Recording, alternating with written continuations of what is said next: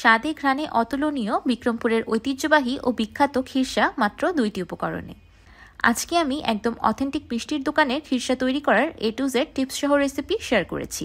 আসসালামু আলাইকুম everyone, I am chef Ishika. একটি প্যানে দিয়ে দিলাম 1/4 কাপ চিনি। এবার চুলার মিডিয়াম হিটে চিনিটাকে একদম নাড়াচাড়া না করে ক্যারামেল করে নিব। চিনিগুলো ক্যারামেল হয়ে গিয়েছে আর খুব সুন্দর একটা কালারও চলে এসেছে। এবার দিয়ে দিলাম দুধ। এক হাত দিয়ে অনবরত নেড়ে চেড়ে দুধটাকে অ্যাড করতে হবে, এতে করে ক্যারামেলের দলা খুব কম পাকাবে। আজকে আমি 2 লিটার গরুর দুধের খিরসা বানাবো। এবার মিষ্টির জন্য দিয়ে দিলাম 1/2 কাপ চিনি।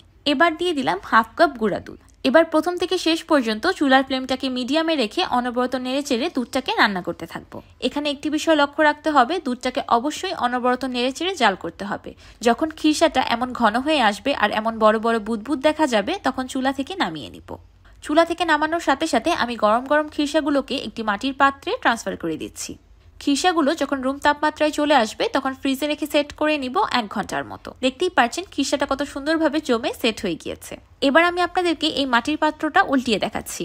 দেখতেই পাচ্ছেন মাশাআল্লাহ এত সুন্দরভাবে খিরসাটা জমেছে যে একদমই পড়ে যাচ্ছে না বা নড়াচড়াও করছে না। এবার আমি আপনাদেরকে দেখিয়ে দিচ্ছি যে সিরামিকের বাটির খিরসাটাও কত সুন্দরভাবে জমে গিয়েছে।